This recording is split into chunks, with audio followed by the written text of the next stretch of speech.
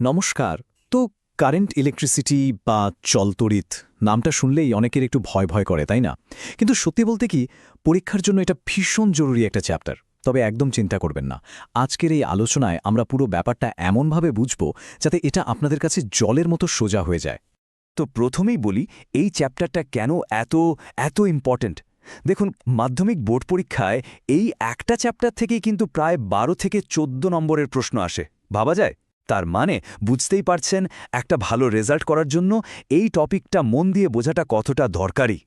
আচ্ছা, আমরা তো কারেন্ট বলি, কিন্তু কখনো কি ভেবে দেখেছি যে এই বিদ্যুৎটা আসলে কেন চলে? মানে কি এমন জিনিস আছে যা ওকে এক জায়গা থেকে আরেক জায়গায় ঠেলে নিয়ে যায়? চলুন এই বেসিক প্রশ্নটা দিয়েই শুরু করা যায়। এই বিষয়টা বোঝার জন্য সবথেকে ভালো উদাহরণ হল জলের প্রবাহ।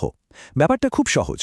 ধরুন দুটো জলের ট্যাঙ্ক আছে, একটার জলস্তর উঁচু আরেকটার নিচু। এখন যদি দুটোকে একটা পাইপ দিয়ে জুড়ে দিই, কি হবে? জল সবসময় উঁচু থেকে নিচু স্তরের দিকেই বইবে, তাই না? ঠিক এই একই ঘটনাই ঘটে বিদ্যুতের ক্ষেত্রে। এখানে উঁচু জলস্তর মানে হল উচ্চ বিভব, আর নিচু জলস্তর মানে নিম্ন বিভব। আর এই বিভবের পার্থক্যের জন্যই কিন্তু তড়িৎ বা কারেন্ট উচ্চ বিভব থেকে নিম্ন বিভবের দিকে যায়। মানে এই বিভবের পার্থক্যটাই হল সেই আসল ধাক। তো আজ আমরা কি কি বিষয় নিয়ে কথা বলবো এক ঝলকে দেখে নিই। প্রথমে আমরা কিছু বেসিক নিয়ম জানব, তারপর সার্কিট আর তার ফলাফল দেখব, এরপর নিজেদের জ্ঞান একটু ঝালিয়ে নেব, আর শেষে থাকবে একটা ফাইনাল রিভিশন চিটশিট। ঠিক আছে, তাহলে আর দেরি না করে শুরু করা যাক আমাদের প্রথম পর্ব। এখানে আমরা একদম গোড়ার কথাগুলো জানব, মানে যে ভিত্তিগুলোর ওপর পুরো কারেন্ট ইলেকট্রিসিটির কনসেপ্টটা দাঁড়িয়ে আছে। একটু আগে যে জলের ট্যাঙ্কের উদাহরণটা দিলাম, মনে আছে? ওই যে জলের লেভেলের যে তফাৎ, সেটাই হলো আসলে এই বিভব পার্থক্য বা ভোল্টেজ। সোজা কথায় এটাই সেই চাপ বা পুশ যা চার্জকে এক জায়গা থেকে আরেক জায়গায় যেতে বাধ্য করে। এই চাপটা না থাকলে কিন্তু কারেন্ট এক চুলও নড়বে না। আর এখন আমরা কথা বলবো এই চ্যাপ্টারের আসল হিরোকে নিয়ে। হ্যাঁ, আমাদের গল্পের সুপারহিরো ওহমের সূত্র। বিশ্বাস করুন, এই চ্যাপ্টারের প্রায় সমস্ত অঙ্ক কিন্তু এই একটা সূত্রের সাথেই জড়িয়ে আছে।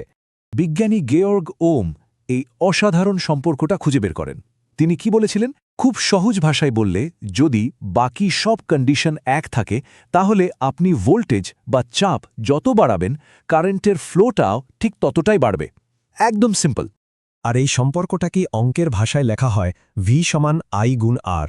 এখানে ভি হল ভোল্টেজ, মানে সেই বিভবের পার্থক্য, আই হল কারেন্ট বা প্রবাহ মাত্রা, আর আর হল রেজিস্ট্যান্স বা রোধ। এখন প্রশ্ন হল, এই রোধ বা রেজিস্ট্যান্স জিনিসটা কি? দেখুন, নামটা শুনলেই বোঝা যাচ্ছে এটা হলো বাধা। ধরুন আপনি একটা ফাঁকা হাইওয়ে দিয়ে গাড়ি চালাচ্ছেন, খুব সহজে স্পিডে যেতে পারবেন, তাই তো? কিন্তু যদি আপনাকে একটা ভিড়ে ঠাসা ভাঙাচোরা গলি দিয়ে যেতে বলি, তখন স্পিড কমে যাবে, তাই না? এই যে ভিড় বা বাধা, এটাই হলো রোধ। এটা কারেন্টকে সহজে যেতে বাধা দেয়। আচ্ছা, তো এই বাধা বা রোধটা কি কি বিষয়ের উপর নির্ভর করে? মূলত তিনটে জিনিস। এক, তারটা কতটা লম্বা, তার যত লম্বা হবে বাধা তত বেশি। দুই, তারটা কতটা মোটা, তার যত মোটা হবে বাধা কিন্তু তত কম হবে। আর ৩ নম্বর হলো উপাদান, মানে তারটা কি দিয়ে তৈরি। প্রত্যেকটা মেটেরিয়ালের একটা নিজস্ব বাধা দেওয়ার ক্ষমতা থাকে, যেটাকে বলে রোধাঙ্ক বা রেজিস্টিভিটি। যেমন ধরুন, তামা বা অ্যালুমিনিয়ামের রোধাঙ্ক খুব কম, তাই এরা খুব ভালো কন্ডাক্টর। তো বেসিক নিয়মগুলো তো জানা হলো। চলুন এবার আমাদের দ্বিতীয় পর্বে যাই। এবার দেখব এই নিয়মগুলোকে যখন সত্যিকারের সার্কিটে ব্যবহার করা হয়, তখন ঠিক কি কি হয়। সার্কিটে এই রোধক বা রেজিস্টারগুলোকে মূলত দুইভাবে জোড়া যায়। একটা হলো শ্রেণী সমবায় বা সিরিজ কম্বিনেশন। ভাবুন তো, সব গাড়িকে যদি একটা মাত্র লেন দিয়ে যেতে হয়, কি হবে? জ্যাম লেগে যাবে। এখানেও তাই, কারেন্ট যাওয়ার একটাই রাস্তা, তাই মোট বাধা বেড়ে যায়। আর দ্বিতীয়টা হলো সমান্তরাল সমবায় বা প্যারালাল কম্বিনেশন। এটা অনেকটা মাল্টি লেন হাইওয়ের মতো। কারেন্ট যাওয়ার জন্য অনেকগুলো রাস্তা পেয়ে যায়, তাই কারেন্ট ভাগ হয়ে যায় আর মোট বাধা কমে যায়। ফলে কারেন্ট অনেক সহজে ফ্লো করতে পারে। আর এখান থেকে কিন্তু পরীক্ষার জন্য একটা দারুণ প্রশ্ন আসে। জেনে রাখুন, আমাদের বাড়ির সব ওয়ারিং কিন্তু এই সমান্তরাল সমবায় করা হয়। কেন? কারণটা হলো, এতে প্রত্যেকটা অ্যাপ্লায়েন্স মানে ফ্যান, লাইট, টিভি সবাই সমান ভোল্টেজ পায়। আর একটা বন্ধ করলে অন্যগুলো চলতে থাকে। ভাবুন তো, একটা লাইট ফিউজ হলে যদি বাড়ির সব কিছু বন্ধ হয়ে যেত, কি কাণ্ডটাই না হতো। আচ্ছা, কারেন্ট যখন এই রোধ বা বাধার বিরুদ্ধে লড়াই করে এগিয়ে যায়, তখন কি হয়? তখন কিন্তু তাপ তৈরি হয়। আর এই ব্যাপারটাই হলো জুলের তাপীয় সূত্র। আমাদের বাড়িতে যে ইলেকট্রিক হিটার, ইস্ত্রি বা গিজার আছে সেগুলো কিন্তু সব এই নিয়মেই কাজ করে।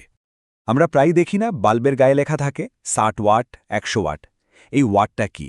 এটাই হলো বৈদ্যুতিক ক্ষমতা বা পাওয়ার। মানে ওই যন্ত্রটা প্রতি সেকেন্ডে কতটা বিদ্যুৎ শক্তি খরচ করছে। এর মূল সূত্রটা হলো P = V × I। আর এই পাওয়ারের কনসেপ্টটা দিয়েই কিন্তু আমাদের বাড়ির কারেন্টের বিল হিসেব করা হয়। পরীক্ষার জন্য এই অঙ্কগুলো কিন্তু ভীষণ ইম্পর্ট্যান্ট। আমরা যে বলি ইউনিট পুটছে, সেই 1 ইউনিট মানে হলো 1 কিলোওয়াট আওয়ার। এই স্লাইডে যে স্টেপগুলো দেওয়া আছে সেগুলো মনে রাখলেই দেখবেন বিলের হিসেব করাটা কোনো ব্যাপারই না। তো অনেক তো থিওরি হলো, এবার কি বলেন, একটু প্র্যাকটিস হয়ে যাক? চলুন দেখি আমরা যা যা শিখলাম সেটা কতটা বুঝতে পেরেছি। প্রথম প্রশ্নটা দেখুন, বাড়ির সমান্তরাল সার্কিটে যদি একটা বাল্ব ফিউজ হয়ে যায় তাহলে বাকি বাল্বগুলোর কি হবে? অপশনগুলো হলো সব নিভে যাবে, নাকি জ্বলতে থাকবে, নাকি আরও ম্লান হয়ে যাবে। একটু ভাবুন তো, বাড়ির কথা ভাবলেই উত্তরটা পেয়ে যাবেন। একদম ঠিক, উত্তরটা হবে বি, সেগুলি জ্বলতে থাকবে। কেন? কারণটা আমরা একটু আগেই আলোচনা করেছি। যেহেতু সমান্তরাল সার্কিটে প্রত্যেকটা যন্ত্রের জন্য কারেন্ট যাওয়ার আলাদা আলাদা রাস্তা থাকে, তাই একটা রাস্তা বন্ধ হয়ে গেলে, মানে একটা বাল্ব ফিউজ হয়ে গেলে, বাকি রাস্তাগুলোর উপর তার কোনো প্রভাব পড়ে না, তাই বাকিগুলো জ্বলতে থাকে। চমৎকার! এবার চলুন পরের প্রশ্নে যাই। জুলের সূত্রটা মনে আছে তো? H = I² RT। প্রশ্ন হলো, এই সূত্র অনুযায়ী যদি একটা হিটারের মধ্যে দিয়ে কারেন্টকে দ্বিগুণ করে দেওয়া হয় তাহলে উৎপন্ন তাপ কতটা পাল্টাবে? দ্বিগুণ হবে, অর্ধেক হবে, নাকি 4 গুণ বেড়ে যাবে? যারা ভেবেছেন উত্তর সি, তারা একেবারে সঠিক। দেখুন সূত্রে কি আছে, H = I², মানে তাপ কারেন্টের বর্গের সাথে বাড়ে। তো কারেন্টকে যদি আপনি দ্বিগুণ বা 2I করেন তাহলে তাপ হবে 2I² মানে 4I²। তার মানে তাপ বেড়ে যাবে 4 গুণ। এই স্কোয়ারের ব্যাপারটা কিন্তু খেয়াল রাখতে হবে। দারুণ! তো আমরা আলোচনার প্রায় শেষ পর্যায়ে চলে এসেছি। এবার হলো সবথেকে গুরুত্বপূর্ণ অংশ, ফাইনাল রিভিশন। চলুন পরীক্ষার আগে চট করে একবার সব জরুরি সূত্র আর পয়েন্টগুলো এক ঝলক দেখে নেই। এই যে স্লাইডটা দেখছেন, এটা হলো আপনাদের ফাইনাল পরীক্ষার জন্য চিটশিট। আমি বলবো এটা কোথাও নোট করে রাখুন বা একটা স্ক্রিনশট নিয়ে নিন। ওহমের সূত্র থেকে শুরু করে পাওয়ারের সূত্র পর্যন্ত এই কয়েকটা ফর্মুলা মাথায় রাখলেই কিন্তু এই চ্যাপ্টারের বেশিরভাগ অঙ্ক খুব সহজেই করে ফেলতে পারবেন। তাহলে আশা করি আজকের এই আলোচনার পর চলতড়িৎ নিয়ে আপনাদের মনের ভয়টা অনেকটাই কেটে গেছে। দেখুন, কনসেপ্ট বোঝাটা হলো প্রথম ধাপ, কিন্তু আসল সাফল্য আসবে প্র্যাকটিস থেকে। তাই এখন মন দিয়ে অনুশীলন করুন। আপনাদের পরীক্ষার জন্য অনেক অনেক শুভেচ্ছা।